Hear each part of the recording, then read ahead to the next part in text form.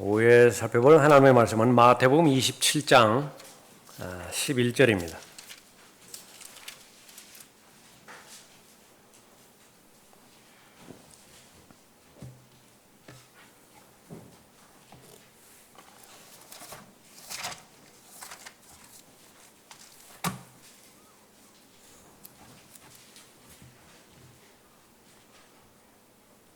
마태복음 27장 11절부터 26절까지 살펴보겠는데요.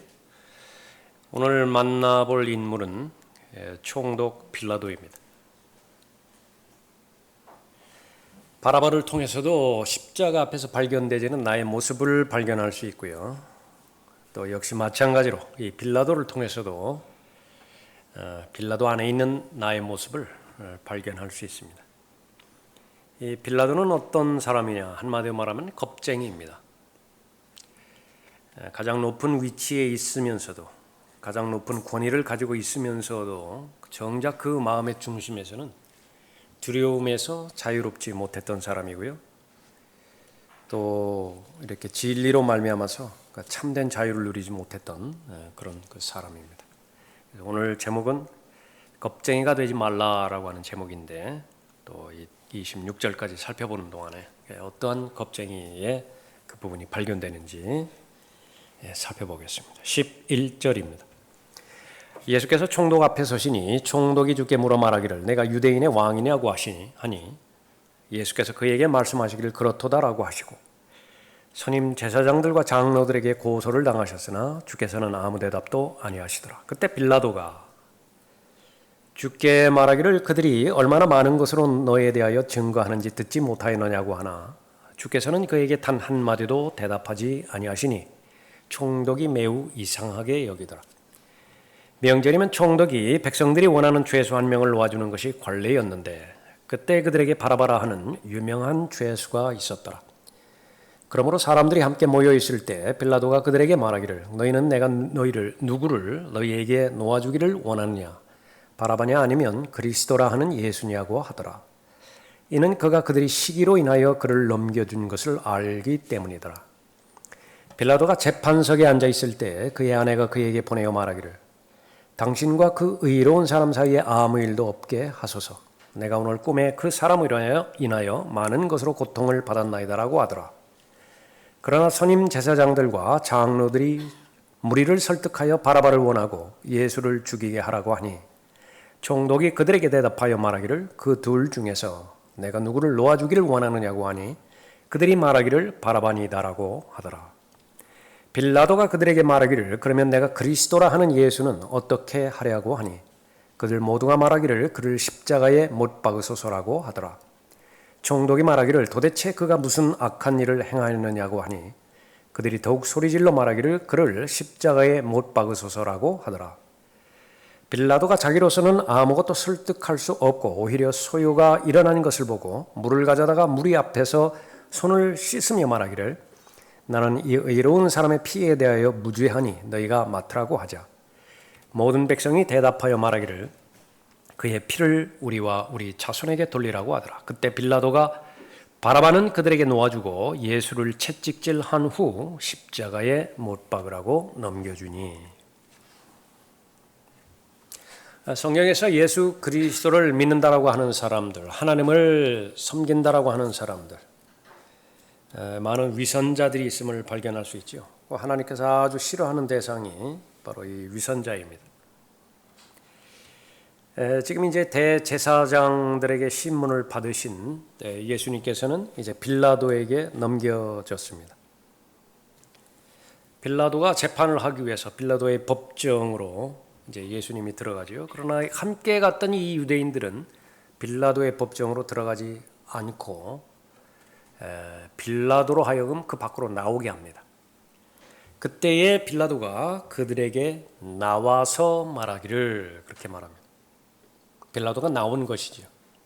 왜 그러냐 하면 바로 유월절 양을 먹는 것 때문에 그렇습니다. 유대인들이 유월절 양을 먹기에 앞서서 이방인의 집에 들어가면 불결하게 됩니다. 더럽혀지는 것이죠. 왜냐하면 이방인과 접촉하게 되어질 때에 부정하게 되는 것이기 때문에 그렇습니다. 부정한 사람은 유월절 어린 양에 참여할 수 없습니다. 요한복음 18장 28절에 보면 그 후 그들은 예수를 카야파에게서 재판정으로 끌고 가니 때가 새벽이더라. 그 사람들이 재판정 안으로 들어가지 않은 것은 자기들이 더럽혀지지 않아야 유월절 양을 먹을 수 있기 때문이더라. 예수 그리스도께서 유월절 양으로 오신 것은 이 사람들이 다 알아요. 보라 세상 죄를 제거하는 하나님의 어린 양이라 선포했던 침례 요한의 선포로부터 시작해서 이 사람들은 무지하기 때문에 예수 그리스도를 몰라봤던 것이 아닙니다. 이 빌라도가 지금 여기 고백했던 것처럼 예수 그리스도를 죽음에 넘긴 것은 바로 시기심 때문이라 그렇게 기록하고 있죠. 메시아인 것은 알고 있는 것인데 자신의 기득권을 인정해 주지 않음으로 인해서 자신의 기득권을 지키고자 하는 그런 욕심에서 예수 그리스도를 죽이고자 했던 것이죠. 그런데도 유월절 양, 바로 주의 명절을 그렇게 지키고자 했던 그런 부분입니다. 율법에는 도덕법과 의식법으로 그렇게 나뉘어집니다. 이 안식일을 지키는 것이라든지 명절을 지키는 것은 의식법이에요. 그런데 이 의식법을 마음의 상태보다 더 중요하게 여긴 것이 배교한 유대인들입니다. 거기 가서는 안 된다. 그 시간엔 거기 있어야 된다. 이것을 해야 되고 이것을 하지 말아야 되고 마음의 상태와는 무관해요.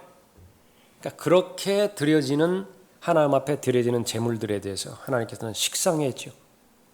특히 대표적으로 이사야 1장 같은 경우에는 아예 가져오지도 말라고 그랬다고 해요. 그런 제물은 이제 내가 물려버렸으니까, 내가 질려버렸으니까 그런 그 제물들을 가지고서 내 뜰을 밟지도 말라. 그렇게 말하고 있는 것인데 이 사람들은 상관없습니다.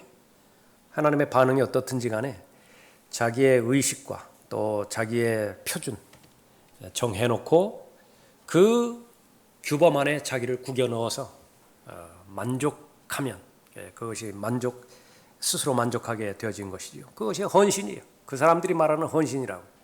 나는 헌신했고 헌신함으로 인해서 스스로 만족하는 것이죠. 위선자들입니다. 그래서 이 위선자들의 최종적인 결론은 바로 예수님을 죽이려 했고 실제로 그렇게 죽인 것이죠. 하나님께 헌신한 것이 아니라 종교에 헌신한 거예요. 의식법에 헌신한 것입니다. 그 위선자들만큼이나 하나님께서 경고하신 것은 대상은 겁쟁이입니다. 성령께서 그리스도인 안에 내주하시는 까닭, 세상의 영은 두려워하게 하는 영이거든요. 사람을 두렵게 만들어요. 세상은. 그래서 위축됩니다. 세상 앞에서는. 세상의 풍조, 거기서는 순종해서 따라가야 돼요. 새 사람을 어렵게 만드는 것은 세상과 거슬러서 사는 것이에요. 세상과 다르게 사는 것입니다. 그러니까 그런 것을 견디지 못하게 만드는 것이 세상의 풍조인 것인데 성령께서는 두려움의 영이 아니에요. 건전한 생각의 영으로 인도함을 받기 위해서 성령께서 오신 것이죠. 겁쟁이가 되지 말라. 위선자와 겁쟁이는 다를 바가 없습니다. 첫 번째로 겁쟁이는 책임을 회피합니다. 특히 영적인 의무와 또 영적인 책임에 대해서 회피하는 거예요. 유대인이 고소를 했죠. 예수님을 심판해달라고. 빌라도는 가장 객관적인 입장에서 재판을 해야 될 책임이 있는 사람입니다. 증거를 가지고 판단을 해야 되겠죠. 그러나 소극적인 재판에 임하게 되었습니다. 이것은 처음부터 잘못된 것이에요. 다윗이 믿음의 영웅이었지만 순간적으로 겁쟁이로 돌변할 때가 있습니다. 하나님과 교제가 멀어질 때죠. 집안에서 근친상간의 죄가 벌어졌는데 일어나서는 안 되는 죄가 벌어진 것이죠. 그때 아버지로서의 책임을 회피해버렸어요. 이게 보통 복잡한 문제가 아닙니다. 이미 자신도 그 죄에 연루가 됐어요. 요즘 말하는 내로남불이라고 하는 거예요. 그러니까 자신과 관계가 없는 부분에 있어서는 아주 혹독하고 냉정하게 판단을 해버립니다. 아주 비정하게 판단을 내려요. 법의 근거에서. 그러나 자신과 관련된 부분에 있어서는 아주 그렇게 관대할 수가 없어요. 구렁이 담 넘어가듯이 그냥 넘어가 버리는 것인데 다윗이 그랬습니다. 겁쟁이가 돼버린 거예요. 하나님께서 쓸 수 없는 것이죠. 사울도 마찬가지였습니다. 사울도 처음에 출발은 너무나 좋았습니다. 하나님 앞에 겸손했고요. 국민의 사랑을 받았고 이스라엘 민족 전체의 사랑을 받았습니다. 그러나 언제부터인가 하나님 자리를 사람의 자리가 사람으로 대체하기 시작했어요. 하나님이 받으시는 영광을 자기가 받도록 그렇게 위치가 변동이 되기 시작했지요. 모든 하나님의 사람들의 하나님의 섭리적인 인도하심 가운데서 하나님을 영화롭게 해드려야 되는데 그 다윗에 대해서 편견을 갖기 시작했습니다. 그때서부터 마귀가 침투해 들어가기 시작한 것입니다. 가장 두려워해야 되는 대상인 하나님을 사람들로 대체해버린 것이죠. 그래서 이스라엘 민족이 바로 믿음의 대상이 된 것이에요. 개인적으로 사무엘 앞에서는 자신이 잘못을 인정하고 잘못을 고백했지만은 그러나 국민들 앞에서는 내가 그 잘못을 행하지 않았다고 내 체면을 좀 살려달라고 겁쟁이입니다. 오전에 살펴봤던 엘리 제사장 역시 마찬가지입니다. 공통점들 가운데 그 근본적인 것들은 책임을 회피한다는 것이에요. 목사가 목사의 책임을 회피할 경우에 겁쟁이가 되는 것이고요. 남편이 남편의 책임을 회피할 때 겁쟁이가 되는 것이죠. 일어나는 일들에서 판단을 해줘야 되는데 그 판단을 하는 데 있어서 긴장을 해야 되고 갈등이 조장되어지고 몰입을 해야 되고 귀찮거든요. 방치해버립니다. 그러다가 나중에 이제 결론이 났을 때에 그때 큰 소리 치는 그것은 겁쟁이에요. 자격이 없는 것입니다. 목사도 마찬가지. 교회에서 일어나는 모든 일들에 대해서 1차적으로 하나님께서 성령께서 이 목사에게 주신 권한 가운데 하나는 잘 보호하라는 것입니다. 감독이에요. 슈퍼바이저예요. 감독하라는 것입니다. 우리가 들림받아 올라갈 그때까지 안에서는 육신의 죄들의 몸을 가지고 있는 성도들이 얼마든지 내부에서 문제가 일으킬 수 있고요. 밖으로부터는 이리들의 공격이 있죠. 슈퍼바이저 해줘야 돼요. 보호해줘야 됩니다. 근데 그것을 일일이 간섭하고 결정을 내려주기에는 또 역시 마찬가지로 긴장해야 되고 얼굴이 굳어질 때도 있고 그러니까 그거 포기해버립니다. 좋은 게 좋은 거라고. 그것은 무책임한 것입니다. 하나님 앞에 겁쟁이로 살아가는 것이죠. 사건의 진위를 알아봐야 되겠죠. 그런데 그 모든 부분들을 유대인들에게 그 문제를 통째로 넘겨버렸습니다. 너희들이 알아서 하라고. 우리가 누구를 사형에 처하는 것은 적법치 못하나이다. 그런데 이렇게 하나님의 일에 관련되어 있는 일들은 책임을 회피한다고 해서 피하는 것이 아니라 다시 자기가 결국은 자기 손으로 다 돌아오는 것입니다. 예수 그리스도를 다 다른 사람이 처리하도록 다 맡겼죠. 그런데 결국은 다시 돌아오죠. 다시 자기가 돌아와서 결국은 자신이 최종적으로 결론을 내려야 되는 것입니다. 사도행전 2장 23절에 보면 하나님의 정하신 뜻과 미리하심을 따라 내어주신 그를 너희가 붙잡아 무법자들의 손을 통해 십자가에 못 박아 죽였으나 십자가에 못 박아 죽는 것은 하나님의 섭리예요. 어쩔 수 없어요. 이건 피해갈 수 없는 것입니다. 다만 빌라도가 십자가에 넘겨주는 그 사건이 하나 있고요. 그러나 본문에서는 결론을 이미 났지만 어쨌든 충분한 가정은 빌라도가 예수 그리스도 앞에 무릎을 꿇는 거예요. 나의 주 나의 하나님으로 고백하는 것입니다. 그러니까 자기가 죽겠죠. 자기의 권위가 모두 권위를 상실하겠죠. 그러나 그렇게 읽는 것은 적게 읽는 거예요. 만약에 그렇게 했다고 한다면 성경에서는 예수 그리스도 다음에 위대한 인물로 기록될 것이에요. 복음이 전파되어지는 곳마다 빌라도의 이름이 그렇게 거명되겠죠. 겁쟁이는 책임을 회피합니다. 빌라도는 그랬어요. 겁쟁이는 두 번째로 진리에 대해서 결정을 하지 않습니다. 듣기만 해요. 그러나 결정은 하지 않아요. 진리에 대해서 호기심이 있을지 모르지만은 그 진리에 자신의 삶을 걸지를 않아요. 헬라 철학자들, 지적 욕구로만 뭉쳐져 있는 사람들이었습니다. 뭔가 새로운 이론이 있는가? 뭔가 새로운 사실이 있는 것인가? 바울이 복음 전도자로서 이 헬라 철학자들을 상대로 해서 복음을 증거했을 때에 그들은 반대하지 않았어요. 왜 그렇습니까? 새로운 이론이기 때문에. 새로운 이론? 그건 마다할 리가 없어요. 그러나 그 사람 가운데 단 한 사람도 구원받지 못했던 것을 우리는 알고 있죠. 진리에 대한 지식 욕구만으로 어떤 변화도 일어날 수 없습니다. 겁쟁이의 상태는 진리에 대해서 결정하지 않아요. 진리가 나한테 찾아왔으면 그 진리를 영접을 해야 됩니다. 그러면 마음의 변화가 있어요. 그때의 변화가 이루어지는 것인데 진리를 받아들일 용기가 나지 않는 것입니다. 예수님께서 유대인의 왕인지 아닌지 한번 호기심 차원에서 물어봅니다. 내가 유대인의 왕이냐? 왜냐하면 유대인들이 유대인의 왕이라고 하는 이름으로 고소를 해왔기 때문에 그런 것입니다. 예수님께서는 빌라도의 마음을 읽으셨어요. 저 사람은 진리에 관심이 없습니다. 그냥 질문을 위한 질문이에요. 비판을 위한 비판입니다. 무슨 대안을 제시하고자 하는 그런 비판이 아니에요. 그때 입 다물죠. 예수님이 바로 그런 상태였습니다.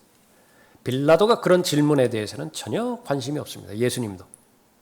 알고자 할 때, 정말로 낫고자 할 때, 보기를 원하고자 할 때에 하나님께서 간섭하시는 것이지 되면 좋고 안 좋으면 할 수 없고 그런 부분에 있어서는 반응하지 않습니다. 겁쟁이가 돼서는 안 되는 이유가 바로 거기 있는 것이죠. 이는 그가 그들이 시기로 인하여 그를 넘겨준 것을 알기 때문이더라. 본문의 18절에 그런 내용이죠. 빌라도가 관심이 있는 것은 도대체 어떤 일을 했기 때문에 유대인 저 무리 전체가 시기심이 충동질이 돼서 예수를 죽이라고 그렇게 하였는가? 그것이 무엇인가? 거기에만 그 관심이 있는 것입니다. 예수님께서는 이 빌라도와 관련돼서 이 다가오는 왕국에 대해서 경고의 말씀을 주셨어요. 그 왕국을 대비해야 된다고, 준비해야 된다고. 다가오는 왕국에 대해서 왕이 이제 출현하게 될 텐데 그 왕을 영접해야 된다라고 하는 것에 대해서 직간접적으로 말씀을 하신 거예요. 성경의 주제는 왕국입니다. 거기에 대해서 대비를 했어야 되는데 그렇지 못했던 것이에요. 요한복음 18장 36절에 의하면 나의 왕국은 이 세상에 속한 것이 아니니라. 만일 나의 왕국이 이 세상에 속한 것이라면 내 부하들이 싸워서 나를 유대인들에게 넘어가지 않게 하였을 것이라. 그러나 지금은 나의 왕국이 여기에 속한 것이 아니니라. 두 가지 왕국을 제시해 주셨어요. 하나는 영적인 왕국을 제시해 주신 것이고요.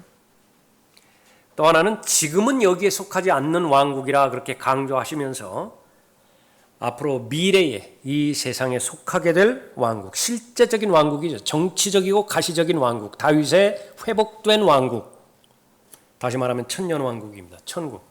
그것을 둘 다 말씀해 주셨어요.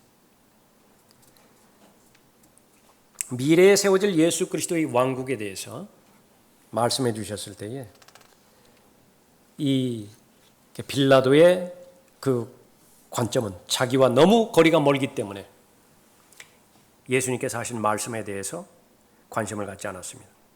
그러므로 빌라도가 주께 말하기를 그러면 내가 왕이냐고 하니 예수께서 대답하시기를 내 말이 옳도다. 내가 왕이니라. 이 일을 위하여 내가 태어났고 이런 연유로 내가 세상에 왔으니 진리를 증거하려는 것이라. 진리에 속한 자는 누구나 나의 음성을 듣느니라. 진리로 귀결시키시거든요. 진리를 증거하기 위해서 내가 왔느니라. 진리에 속한 자는 누구나 내 음성을 듣느니라. 진리에 관심이 있다고 한다면 그것이 진리라고 깨달아졌을 때에 진리에 순종할 마음의 자세가 되어졌다고 한다면 그 진리를 깨달을 수 있다라고 말씀하는 것이래요. 빌라도가 자꾸 예수님께서 진리 하니까 진리가 뭔데? ask, 물어보는 것이 아니라 said, 말하고 그냥 혼잣말로 해버리고 나가버렸어요. 빌라도가 주께 말하기를 진리가 무엇이냐고 하더라. 이 말을 한 후 그가 다시 유대인들에게 나와서 말하기를 나는 이 사람에게서 아무런 잘못도 찾지 못하였노라. 예수 그리스도께서 하나님이시든지 아니면은 인류의 역사 가운데 가장 지독한 거짓말장이요 사기꾼이든지 둘 중에 하나예요. 중립을 절대로 허용하지 않으십니다. 그러나 이 빌라도는 자기 관점에서 자기 지위를 지키기 위해서 지금 소란이 일어나는 것만 막으면 돼요. 다른 데는 별 관심이 없어요. 그래서 이 예수 그리스도를 사람의 하나로 중립지역으로 보려고 애를 쓰는 것입니다. 그러나 허용하지 않습니다. 성경은 그렇게 허용하지 않아요. 예수 그리스도께서 무엇인가를 말씀하셨다고 한다면 그 말씀을 들은 사람은 반드시 결정을 해야 됩니다. 그냥 듣고 마는 그것을 절대로 허용하지 않으세요. 그러니까 여러분도 그렇게 하셔야 돼요. 복음을 증거했을 때 그 사람이 영접을 하든지 거부를 하든지 지금은 안 믿겠습니다.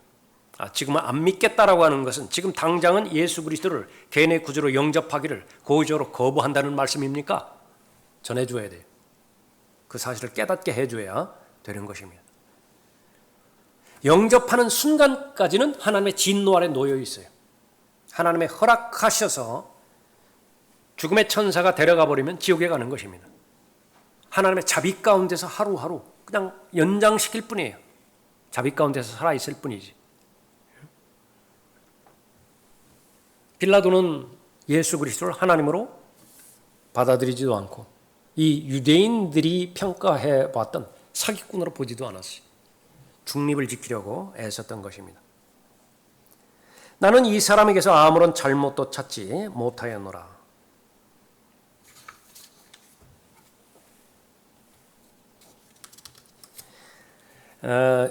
마지막 날들을 살아가고 있는 모든 종교인들 어느 누구 하나 예수 그리스도만이 진리다 그렇게 외치지 못합니다. 겁쟁이이기 때문에 그래요. 예수 그리스도만이 유일한 길이고 the way, the truth. 예수 그리스도만이 길이고 진리고 생명이라고 그렇게 말하지 않습니다. 모든 것을 상대화시키죠. 두려워하기 때문에 그래요. 다른 그 대상들을 두려워하기 때문에 그런 것입니다. 겁쟁이, 사람을 두려워합니다. 빌라도는 모든 사람들로부터 권위를 행사하는 가장 높은 위치에 있는 듯이 보이지만은요. 그러나 그 실체를 밝혀주신 것이 사람들을 가장 두려워하는 겁쟁이였다는 사실을 알 수 있습니다. 빌라도는 예수님께서 3번에 걸쳐서 이 사람에게 아무런 잘못도 찾지 못하였다고 공개적으로 선포를 합니다. 그것이 무엇이에요, 그럼? 1심, 2심, 3심까지 갔다는 얘기 아니에요. 최종 결과는 무죄로 석방이 돼야 될 텐데 그 권한을 행사를 하지 않습니다. 무엇 때문에 그런 것이냐? 바로 무리들의 요구가 무서웠기 때문에 그렇습니다. 폭동이 일어나는 것입니다. 빌라도는 이 재판을 아주 소극적으로 행했는데 바로 예수 그리스도 주님을 아주 소홀히 다루었고요. 너희들이 알아서 그를 재판하라. 세상에 그런 재판관이 어디 있어요? 너희들이 알아서 그를 재판하라. 그를 데리고 가서 너희의 율법에 따라 재판하라. 책임을 회피했을 때에 계속 그 최종적인 결정을 자기가 짓지 않도록 묻어내를 썼죠. 피를 묻히고 싶지 않은 거예요. 예수 그리스도를 헤롯에게 보냈습니다. 그런 후에 그가 헤롯의 통치 구역에 속한 줄을 알자마자 당시 예루살렘에 있던 헤롯에게로 그를 보내니라. 무슨 경찰 지구대 싸움하는 것 같아요. 우리 구역에서 일어나는 사건 아니니까 그쪽에서 그렇게 수사 먼저 하라고. 빌라도가 그랬습니다. 교묘하게 계속해서 피해갔던 것이죠. 나는 할 일을 다 했다 그거예요. 나는 깨끗하다. 모든 잘못은 너희들에게 있으니 너희들이 책임을 지라. 그래서 마지막에 보면 이 무리들 앞에서 손을 씻기까지 하죠. 그렇다고 해서 책임이 전가되는 것은 아닙니다. 사람을 두려워하면 어떻게 되는 것이냐 하면 세상의 친구가 되게 되어 있습니다. 자동적이에요. 자동적입니다. 헤롯과 빌라도는 원수 관계입니다. 그러나 이때만큼은 친구가 돼요. 사두개인과 바리새인 역시 마찬가지죠. 같이 마주 앉을 자리가 아니에요. 사두개인과 바리새인은. 그러나 예수 그리스도를 죽이는 데 있어서만큼은 하나가 됩니다. 그것이 바로 성경에서 말하고 있는 그 특징입니다. 빌라도와 헤롯이 전에는 서로 적대 관계였는데 그날은 서로 친구가 되니라.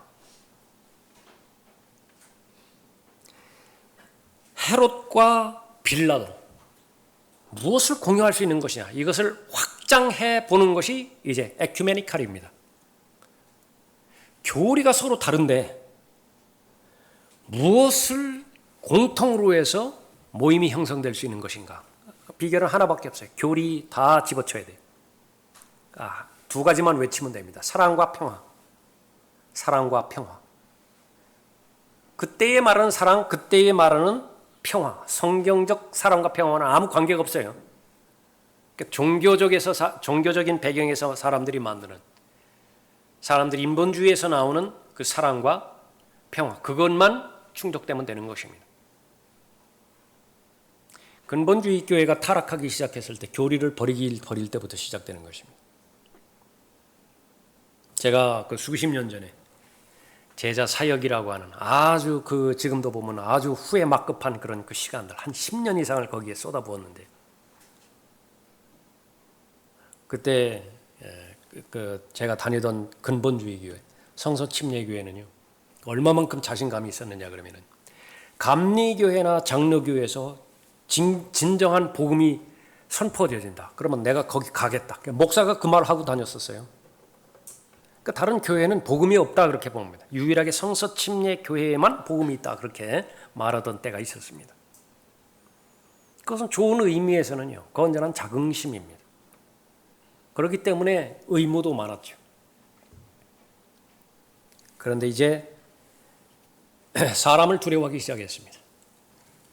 이단 판정을 받는 것에 겁을 먹기 시작했고요. 그 다음에 사람을 모으는 데 있어서 효과적인 그 사역의 일환으로 제자 사역을 선택을 한 거예요. 그러니까 모토가 바뀌었습니다. 제자 사역에 동의한다고 한다면 어떠한 교회와도 연합할 수 있다. 성서침례교회의 모토였어요. 하나님께서 버려버리신 거죠. 더 이상 쓰지 않습니다. 함께 묻혀져 가버린 거예요. 에큐메니칼이라고 하는 것은 바로 그 부분입니다. 빌라도와 헤롯이 같은 마음을 품는 거예요. 사두개인과 바리새인이 같은 마음을 그렇게 품는 것입니다. 왜 그렇죠? 죄에 대해서 진정성 있게 설교하면 교회가 이루어지지 않기 때문에 그래요. 하나님의 심판과 지옥의 형벌에 대해서 갈 때마다 사람들, 좀 용기 있는 사람은 그렇게 하면 더 효과가 없어요. 한두 번 다 들어보셨죠? 엉성하게 설교하면 그런 소리 들을 수 있어요. 그러나 성경대로 믿는 그리스도인들처럼 명확하게 하나님 말씀에 근거해서 왜 예수 그리스도를 믿어야 되는 것인지, 왜 예수 그리스도는 저주받아야 되는지, 구원받을 수 있는 유일한 길은 무엇인지, 왜 구원의 필요성이 절실한 것인지, 죄에 대해서, 죽음에 대해서, 심판에 대해서, 지옥의 형벌에 대해서 그러니까 선포할 때예요. 그런 용기가 없는 거예요. 왜 그렇습니까? 그렇게 하면 이 교회 운영이 안 돼요. 사람이 모이지를 않습니다. 그만큼 사람들이 약해져 있기 때문에, 그만큼 사람들이 더 악해져 있기 때문에 그 진리에 대해서는 더 이상 관심이 없기 때문에 그렇습니다. 그럼에도 불구하고 성령 하나님께서는 도전하십니다. 그럴수록 목소리를 크게 해서 외치라. 아멘이시죠? 아멘입니다. 강단을 통해서 더 성결해져야 되고, 복음 전도자와 거리 설교자를 통해서 세상이 악하다라고 하는 사실을 객관적으로 알려줘야 돼요. 참 빛이신, 참 생명이신 예수 그리스도 외에는 어떤 소망도 없다라고 하는 사실을 알려줘야 되는 것이죠. 예수 그리스도의 절대 진리, 그것을 선포하기에 겁을 집어먹어 버렸어요. 그러므로 다른 이에게는 구원이 없나니 이는 하늘 아래에서 우리가 구원을 받을 수 있는 다른 이름을 우리에게 주신 적이 없음이라고 하더라. 무슨 에큐메니칼이에요. 사도행전 4장 12절 말씀 가운데서 무슨 에큐메니칼이 효력을 발생하겠느냐. 거부해버린 거예요. 주님을 대적하기 위해서는요, 지금 현실적으로 원수 관계였다 하더라도 친구가 되는 것입니다. 그것이 거듭나지 못한 모든 죄인의 공통적인 특성이에요. 마태복음 16장 1절에서 바리새인들과 사두개인들이 주께 와서 주를 시험하여 하늘로부터 온 표적을 보여달라고 요구하더라. 바리새인들과 사두개인들, 물과 기름이에요. 그럼에도 불구하고 예수 그리스도를 죽이고자 하는 데 있어서는 합하는 것입니다. 바리새인들과 사두개인들이 연합했고 헤롯 당원들과도 연합했습니다. 이제는 이방인들과 연합하려고 하는 거예요. 빌라도와 연합하려고 한다. 겁쟁이, 자기 보호를 위해서 모든 타협을 다 할 수 있습니다. 빌라도가 곤경에 빠졌죠. 어떤 죄도 찾지 못했습니다. 어떤 잘못도 찾지 못했어요. 심지어 여기 본문에 보면 아내마저도 경고합니다. 그분에 대해서 조심히 다뤄야 된다고. 그러나 군중들은 피를 보기를 원합니다. 남은 길은 타협밖에 없어요.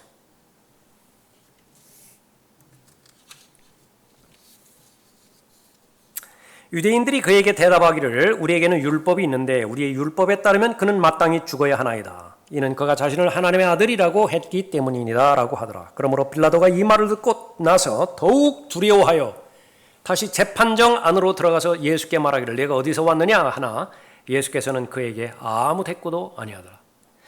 이 말 들으면 이쪽으로 확 쏠렸다고요. 다시 예수님 만나서 예수님께서 무슨 한마디 하려면 또 예수님께로 확 쏠립니다. 갈팡질팡 하는데 지금까지는 차원이 다른 말을 들은 거예요. 하나님의 아들이래요. 하나님의 아들. 더 겁이 난 거예요. 만약에 하나님이면 어떻게 해요?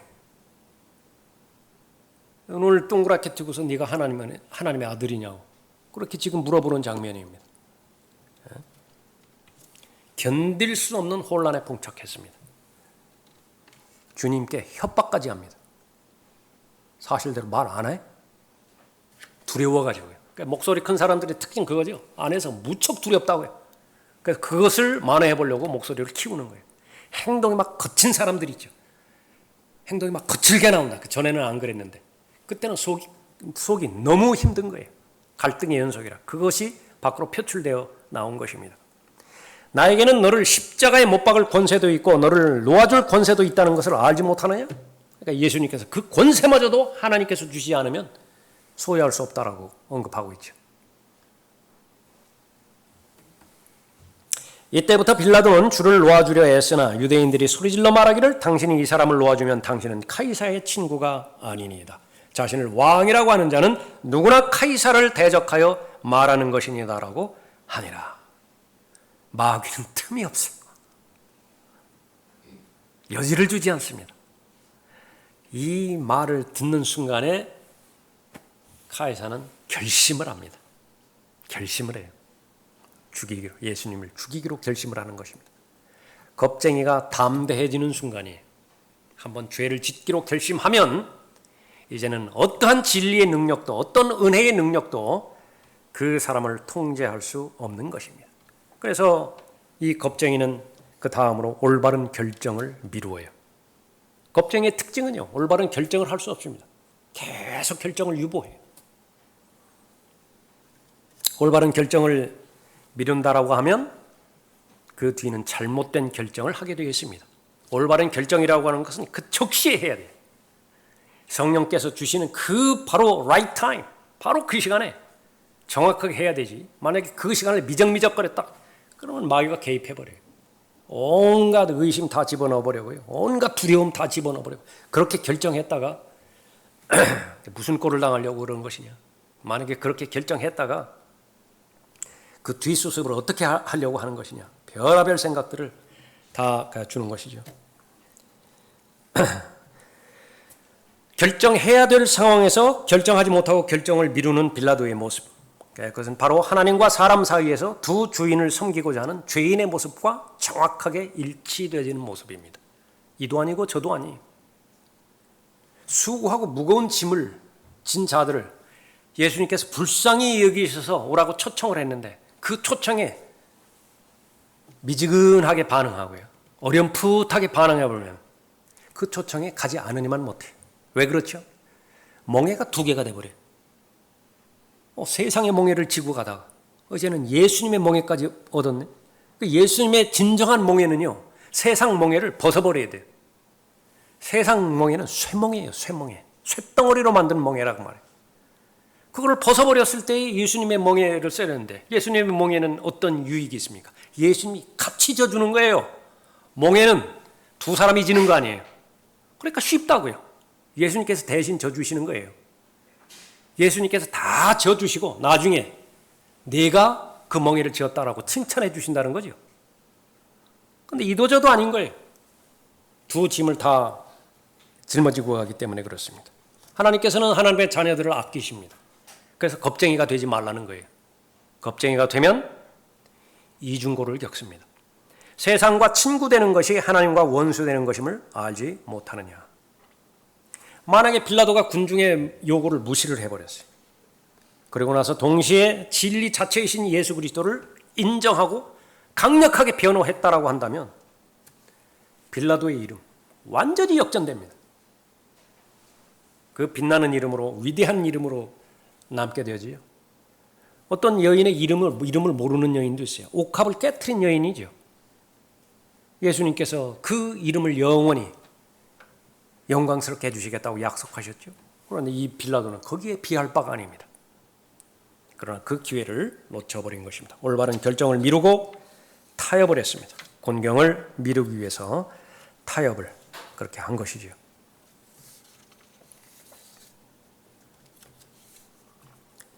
25절 보십시오. 24절 보십시오. 빌라도가 자기로서는 아무것도 설득할 수 없고 오히려 소요가 일어난 것을 보고 물을 가져다가 무리 앞에서 손을 씻으며 말하기를 나는 이 의로운 사람의 피에 대하여 무죄하니 너희가 맡으라고 하자. 이렇게 한다고 해서 다 해결되는 것이 아니라 죄는 물로 씻는 것이 아니라 피로 씻어야 되죠. 아무런 의미가 없는 것입니다. 아무리 책임을 다 회피해 본다 하더라도 죄와 연관되었다고 한다면 하나님의 말씀이 진리라고 한다면 그 죄가 그 죄의 주체를 찾아내요. 반드시 찾아냅니다. 예수 그리스도를 개인의 구주로 믿고 영접한 사람들, 하나님의 아들로 입양된 하나님의 자녀들입니다. 그 사람 안에는 특권이 있는데 바로 거룩한 영이신 성령 하나님께서 내주하고 계세요. 고의적으로 성령 하나님을 슬프게 해드리지만 않는다고 한다면, 고의적으로 성령 하나님을 소멸시키는 행위를 하지만 않는다고 한다면 약속이 있습니다. 구속의 그날까지 성령 하나님께서는 우리에게 보증이 되시고요. 또 우리를 인쳐주셔서 우리 안에서 하나님의 능력으로 역사해 주신다는 사실입니다. 그 특권 가운데 하나는 하나님께서 바라보시는 관점으로 세상을 바라보게 해요. 빌라도의 관점에서 봤을 때의 카이사, 그건 하나님입니다. 하나님. 카이사 갖고 주예요. 그러나 로마서 10장 9절 10절의 관점에서, 하나님의 관점에서 카이사를 봤을 때 잃어버린 죄인이에요. 그렇기 때문에 지금까지는 카이사를 주라고 불렀지만은 이제는 아니에요. 예수를 주라고 고백하는 것입니다. 성령의 능력이에요. 성령의 능력을 성령에 의하지 않고서는 어떤 사람도 예수를 주라고 부를 수 없어요. 그것이 담대함입니다. 용기예요. 하나님께서 주시는 도전입니다. 어디에서 나오는 것이죠? 성경에서 나오는 것입니다. 자기 자신을 부인하고 믿음의 창시자의 완성자이신 예수 한 분만 바라볼 때에 가능합니다. 우리의 경험은 그런 경험들로 점철돼야 됩니다. 그것이 우리의 인격을 만들어가기 때문에. 여러분 모두가 다 겁쟁이였어요. 겁쟁이 아닌 사람은 아무도 없습니다. 다 진리에 대해서는 거부감을 가지고 있었고요. 또 진리에 대해서 결정하려고 할 때 그렇게 겁이 많았었고, 그 앞으로도 마찬가지일 것입니다. 그러나 문제는 이제는 자기를 부인하고 진리 자체이신 예수 그리스도께 순종하기를 연습했죠. 훈련시켰죠. 자기 육체를 쳐서 복종시켰죠. 그랬더니 내 안에 있는 새 사람이 점점 더 성장하는 것입니다. 겁쟁이였던 다윗이 그 전에 소년이었을 때에 골리앗과 마주쳤을 때에 어떠한 어두움 하나 발견되지 않았습니다. 골리앗 뒤에 있는 하나님을 바라봤기 때문에 그랬던 것이죠. 관점입니다. 그것이 믿음이죠. 여러분 안에 있는 형성된 예수 그리스도로 말미암아 형성된 믿음, 그것은 세상을 이기는 믿음입니다. 세상이 아무리 여러분을 위협하고 협박하고 두려움의 어두움 가운데 여러분을 가두려고 한다 하더라도 참 빛이신 예수 그리스도를 소유하고 그분과 매일매일 동행한다고 한다면 세상이 줄 수 없는 자원, 세상이 줄 수 없는 평안, 기쁨, 여러분의 마음을 가득 채울 것입니다. 육신을 바라보면 다 겁쟁이가 됩니다. 그건 반드시 동의해야 돼요. 아무리 나이를 많이 먹어간다 하더라도 육신적인 관점에서 세상 바라보면 세상 무섭다고요. 또 세상에서 들려오는 세상이 말하는 그 소리에 계속 귀 기울이면 마음은 낙심돼요. 낙담돼요. 어떻게 살아갈까? 현실적으로 어떻게 살아갈까? 그러니까 그것은 수가 아니에요. 그러니까 그것은 발로 거부해버리고 믿음으로 거부해버리고 하나님의 음성에 경청해야 되는 것입니다. 눈을 들어야 돼요. 사방이 막혀있다고 한다면 위를 바라보는 일, 그거 하나는 있죠. 그럴 때에 하나님께서 용기를 주시고 도전을 주시고 담대함으로 여러분을 구비시켜 주실 것입니다. 겁쟁이로부터 탈출시켜서 바로 예수 그리스도의 마음과 생각으로 무장된 담대하고 용기 있는 그리스도인으로서 그리스도의 훌륭한 군사로서 맡겨진 임무를 잘 감당하게 복 주실 것입니다. 다 같이 일어나시겠습니다.